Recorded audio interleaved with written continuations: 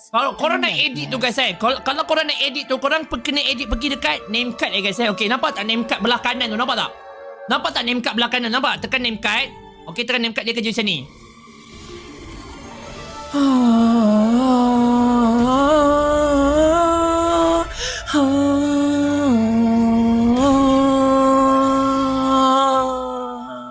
Okay, dia pergi kat name card, dia kerja macam ni, faham tak? Yes, dia akan jadi macam ni guys bila korang name card tu So dekat sini lah korang boleh edit kepada 3D ataupun 2D, faham tak? Yes, betul.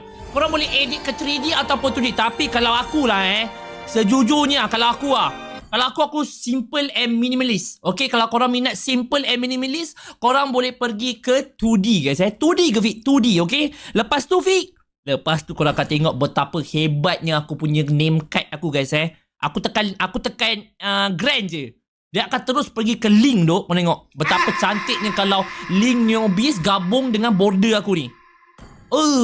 Cantik gila guys Cantik gila. Kau tak nampak betapa cantiknya aku? Yang tak cantiknya apa tu Fik? Yang tak cantiknya yang title Hulu Langit nombor 85 Granger guys Macam mana aku nak buang benda tu